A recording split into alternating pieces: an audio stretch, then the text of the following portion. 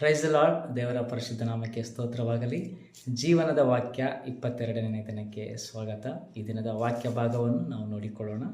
ಕೀರ್ತನೆಗಳು 144 ಮತ್ತು 4ನೇ ವಚನವನ್ನು ನಾವು ನೋಡಿಕೊಳ್ಳೋಣ. ಈ ರೀತಿಯಾಗಿ ಹೇಳುತ್ತದೆ, ಮನುಷ್ಯನು ಬರೀ ಉಸಿರೇ, ಅವನ ಜೀವಕಾಲವು ಬೇಗನೆ ಗತಿಸಿ ಹೋಗುವ ನೆರಳಿನಂತಿದೆ ಎಂಬುದಾಗಿ ನಾವು ಇಲ್ಲಿ ನೋಡ್ತಾ ಇದ್ದೇವೆ. ಪ್ರಿಯ ದೇವರ ಮಕ್ಕಳೇ, ಮನುಷ್ಯರ ಜೀವಿತವನ್ನು ನಾವು ನೋಡುವಾಗ ಅನೇಕ ಒಂದು ಸತ್ಯವೇದದಲ್ಲಿ ನಾವು ನೋಡುವಾಗ ಮನುಷ್ಯನ ಜೀವಿತ ಏನು ಎಂಬುದಾಗಿ ವಿಧ ವಿಧವಾದಂತಹ ರೀತಿಯಲ್ಲಿ ಅಲ್ಲಿ ವಿವರಣೆ ಮಾಡಿರುವುದನ್ನು ನಾವು ನೋಡುತ್ತೇವೆ. ದೇವರ ವಾಕ್ಯ ಹೇಳ್ತದೆ ಸತ್ಯವೇದದಲ್ಲಿ, ಮನುಷ್ಯನ ಜೀವಿತ ಹೇಗೆಂದರೆ ಅದು ಅತಿ ಬೇಗನೆ ಗತಿಸಿ ಹೋಗುವಂತಹ ನೆರಳಿನಂತಿದೆ ಎಂಬುದಾಗಿ ನಾವು ನೋಡ್ತೇವೆ. ಮತ್ತು ಬೇರೆ ಒಂದು ವಚನಗಳಲ್ಲಿ ನಾವು ನೋಡುವಾಗ ಮನುಷ್ಯನ ಒಂದು ಜೀವಿತ ಏನಂದರೆ ಹಾವಿಯ ಹಾಗೆ, ಹಬೆಯ ಹಾಗೆ, ಅದೇನೆಂದರೆ ಕಾಣದೆ ಹಾಗೆ ಹೋಗುತ್ತದೆ. ಸ್ವಲ್ಪ ಸಮಯ ನಾವು ಆ ಒಂದು ಹಾವಿಯನ್ನು, ಹಬೆಯನ್ನು ನಾವು ನೋಡ್ತಾ ಇರಬೇಕಾದ್ರೆ ಅದು ಮಾಯವಾಗುತ್ತೆ, ನಮಗೆ ನೋಡಲಿಕ್ಕೆ ಸಾಧ್ಯವಿಲ್ಲ. ಮತ್ತು ಮನುಷ್ಯನ ಜೀವಿತ ಸಂಜೆಗೆ ಬಾಡುವಂಥ ಹೂವಿನ ರೀತಿಯಲ್ಲಿ ಎಂಬುದಾಗಿ ನಾವು ಮತ್ತೊಂದು ವಚನದಲ್ಲಿ ನಾವು ನೋಡುತ್ತೇವೆ. ಮತ್ತು ಈ ವಚನದಲ್ಲಿ ನಾವು ನೋಡುವಾಗ ಮನುಷ್ಯನ ಒಂದು ಜೀವಿತ ಕಾಲವು ಬೇಗನೆ ಗತಿಸಿ ಹೋಗುವಂತಹ ನೆರಳಿನಂತಿದೆ ಎಂಬುದಾಗಿ ನಾವಿಲ್ಲಿ ನೋಡುತ್ತೇವೆ. ಪ್ರಿಯ ದೇವರ ಮಕ್ಕಳೇ, ಈ ಲೋಕದಲ್ಲಿ ನಾವೆಲ್ಲರೂ ಜೀವಿಸ್ತಾ ಇರುವಾಗ ನಾವು ಒಂದನ್ನು ಅರ್ಥ ಮಾಡಿಕೊಳ್ಳಬೇಕು. ನಮ್ಮ ಉಸಿರು, ನಮ್ಮ ಪ್ರಾಣ ಅದು ಸದಾಕಾಲ ಶಾಶ್ವತವಾಗಿ ಇರುತ್ತೆ ಎಂಬುದಾಗಿ ನಾವು ನೆನೆಸಬಾರ್ದು. ಯಾಕೆಂದರೆ ದೇವರ ವಾಕ್ಯ ಹೇಳುತ್ತದೆ, ಪ್ರತಿಯೊಂದಕ್ಕೂ ಸಹ ಸಮಯ ಇದೆ. ಹುಟ್ಟುವುದಕ್ಕೂ ಒಂದು ಸಮಯ, ಸಾಯುವುದಕ್ಕೂ ಒಂದು ಸಮಯ ಎಂಬುದಾಗಿ ನಾವು ನೋಡುತ್ತೇವೆ ಪ್ರಸಂಗಿಯಲ್ಲಿ 3ನೇ ಅಧ್ಯಾಯದಲ್ಲಿ. ಸೊ ಅದೇ ರೀತಿಯಾಗಿ ಈ ವಾಕ್ಯವನ್ನು ನಾವು ನೋಡುವಾಗ ಮನುಷ್ಯನ ಒಂದು ಜೀವಿತ ಕಾಲವು ಬೇಗನೆ ಗತಿಸಿ ಹೋಗುವ ಒಂದು ನೆರಳಿನಂತಿದೆ ಎಂಬುದಾಗಿ ನಾವು ನೋಡ್ತೇವೆ.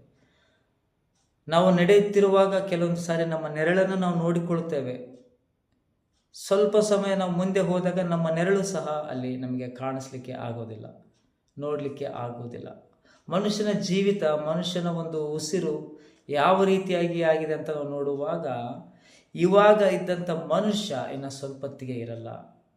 ಗಟ್ಟಿಮುಟ್ಟಾಗಿ ಇದ್ದಂಥ ವ್ಯಕ್ತಿ ಸಡನ್ನಾಗಿ ಹಾರ್ಟ್ ಅಟ್ಯಾಕ್ ಬಂದು ಸತ್ತೋಗ್ತಾನೆ. ಎಲ್ಲ ಶ್ರೀಮಂತವಾಗಿರುವಂಥ ವ್ಯಕ್ತಿ ಸಡನ್ನಾಗಿ ಯಾವುದೋ ಒಂದು ಅಪಘಾತದಲ್ಲಿ ತನ್ನ ಪ್ರಾಣವನ್ನು ಕಳೆದುಕೊಳ್ತಾನೆ. ಸೊ ಮನುಷ್ಯನ ಜೀವಿತ ಅನ್ನುವಂಥದ್ದು ನಮ್ಮ ಕೈಯಲ್ಲಿಲ್ಲ. ನಮ್ಮ ಜೀವನ, ನಮ್ಮ ಪ್ರಾಣ ನಮ್ಮ ಕೈಯಲ್ಲಿಲ್ಲ. ನಮ್ಮ ಜೀವಿತ, ನಮ್ಮ ಪ್ರಾಣ ನಮ್ಮನ್ನು ಉಂಟು ಮಾಡಿದಂತಹ ಯೇಸು ಕ್ರಿಸ್ತನ ಕೈಯಲ್ಲಿದೆ. ಪ್ರಿಯರೇ, ನಮ್ಮ ಜೀವಿತವನ್ನು ಆತನಿಗೆ ಒಪ್ಪಿಸಿಕೊಡುವಾಗ ನಮ್ಮ ಜೀವವನ್ನು, ನಮ್ಮ ಪ್ರಾಣವನ್ನು ಕಾಯುವಾತನೂ ಆತನಾಗಿದ್ದಾನೆ. ಎಲ್ಲ ಕೇಡುಗಳಿಂದ, ಅಪಾಯಗಳಿಂದ ತಪ್ಪಿಸಿ ನಡೆಸುವಾತನೂ ಆತನಾಗಿದ್ದಾನೆ. ಅದಕ್ಕಾಗಿ ನಮ್ಮ ಜೀವಿತ ಅನ್ನುವಂಥದ್ದು ಒಂದು ನೀರಿನ ಮೇಲೆ ಇರುವಂತಹ ಗುಳ್ಳೆಯ ರೀತಿಯಲ್ಲಿ. ಅದು ಕ್ಷಣಕಾಲ ನಾವು ಆ ಗುಳ್ಳೆಯನ್ನು ನೋಡ್ತೇವೆ, ಅದಾದ ನಂತರ ತಕ್ಷಣ ಆ ಗುಳ್ಳೆ ಒಡೆದು ಹೋಗುತ್ತೆ. ಮನುಷ್ಯನ ಜೀವಿತ ಅನ್ನುವಂಥದ್ದು, ಮನುಷ್ಯನ ಗ್ಯಾರಂಟಿ ಇಲ್ಲ. ಇಷ್ಟು ವರ್ಷನೇ ಬದುಕ್ತಾನೆ, ಹಿಂಗೇ ಬದುಕ್ತಾನೆ, ಇದೇ ರೀತಿಯಾಗಿ ಜೀವಿಸ್ತಾನೆ ಅಂತ ನಾವು ಖಚಿತವಾಗಿ ಹೇಳಲಿಕ್ಕೆ ಸಾಧ್ಯವಿಲ್ಲ. ಮನುಷ್ಯನ ಜೀವನ ಆ ರೀತಿಯಾಗಿದೆ. ಆದರೆ ಈ ಒಂದು ಹುಟ್ಟು ಸಾವು ಎರಡರ ಮಧ್ಯದಲ್ಲಿ ನಾವು ಮಾಡಬೇಕಾದಂಥ ಕಾರ್ಯ ಏನಂದರೆ, ನಮ್ಮ ಸೃಷ್ಟಿಕರ್ತನನ್ನು ನಾವು ಅರಿತುಕೊಳ್ಳುವಂಥದ್ದು, ಆತನನ್ನು ಕಂಡುಕೊಳ್ಳುವಂಥದ್ದು, ಸತ್ಯವನ್ನು ತಿಳಿದುಕೊಳ್ಳುವಂಥದ್ದು, ಸತ್ಯ ದೇವರಾದಂತಹ ಯೇಸು ಕ್ರಿಸ್ತನನ್ನು ತಿಳಿದುಕೊಳ್ಳುವಂಥದ್ದು, ಆತನ ರಕ್ಷಣೆಯನ್ನು ನಾವು ಹೊಂದಿಕೊಳ್ಳುವಂಥದ್ದು, ಆತನಿಗಾಗಿ ನಾವು ಜೀವಿಸುವಂಥದ್ದು. ಈ ಎಲ್ಲ ಕಾರ್ಯಗಳನ್ನು ನಾವು ಏನು ಮಾಡಬೇಕಂದ್ರೆ ನಮ್ಮ ಜೀವಿತದಲ್ಲಿ ನಾವು ಇದಕ್ಕಾಗಿ ನಾವು ಹೋರಾಡ್ತಾ ಇರಬೇಕು. ಯಾಕೆಂದರೆ ನಮ್ಮ ಜೀವಿತವು ಅದು ಬೇಗನೆ ಗತಿಸಿ ಹೋಗುವಂತಹ, ಮಾಯವಾಗುವಂತಹ ನೆರಳಿನಂತಿದೆ ಎಂಬುದಾಗಿ ನಾವು ನೋಡ್ತೇವೆ ಪ್ರಿಯರೇ. ಸೊ ಅದಕ್ಕಾಗಿ ನಮ್ಮ ಜೀವಿತವನ್ನು ನಾವು ನಮ್ಮ ದೇವರಾದ ಯೇಸು ಕ್ರಿಸ್ತನ ಕೈಗೆ ಒಪ್ಪಿಸಿಕೊಡೋಣ, ಸತ್ಯವನ್ನು ತಿಳಿದುಕೊಳ್ಳೋಣ, ನಿಜವಾದ ದೇವರನ್ನು ತಿಳಿದುಕೊಳ್ಳೋಣ. ನಾವು ನಿಜವಾದ ದೇವರಿಗಾಗಿ ನಾವು ಜೀವಿಸೋಣ. ಮತ್ತು ನನ್ನನ್ನು, ನಿನ್ನನ್ನು, ಈ ಸರ್ವವನ್ನು ಸೃಷ್ಟಿ ಮಾಡಿದಂತಹ ಯೇಸು ಕ್ರಿಸ್ತನೇ ನಿಜವಾದ ದೇವರು ಎಂಬುದಾಗಿ ನಾವು ಅರಿತುಕೊಳ್ಳೋಣ, ತಿಳಿದುಕೊಳ್ಳೋಣ ಮತ್ತು ಆತನಿಗಾಗಿಯೇ ನಾವು ಜೀವಿಸುವರಾಗಿರೋಣ ಪ್ರಿಯರೇ. ನಮ್ಮ ಜೀವಿತವನ್ನು ಆತನಿಗೆ ಒಪ್ಪಿಸುವಾಗ ನಮ್ಮ ಜೀವಿತಗಳನ್ನು ಕಾಯುವ ಆತನಾಗಿದ್ದಾನೆ.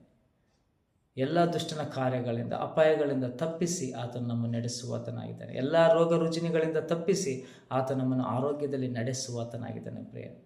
ಅದಕ್ಕಾಗಿ ನಮ್ಮ ಜೀವಿತವನ್ನು, ನಮ್ಮ ಪ್ರಾಣವನ್ನು, ನಾವು ಮರಣವನ್ನು ಹೊಂದುವುದಕ್ಕಿಂತ ಮುಂಚೆ ನಾವೇನು ಮಾಡಬೇಕಂದ್ರೆ ನಮ್ಮ ಸತ್ಯದೇವರಾದಂಥ ಯೇಸು ಕ್ರಿಸ್ತನನ್ನು ನಾವು ಕಂಡುಕೊಳ್ಳೋಣ, ಅರಿತುಕೊಳ್ಳೋಣ, ಆತನಿಗಾಗಿ ನಾವು ಜೀವಿಸೋಣ. ಸೊ ದೇವರು ಈ ಒಂದು ವಾಕ್ಯವನ್ನು ಆಶೀರ್ವದಿಸಲಿ. Thank you and God bless you all.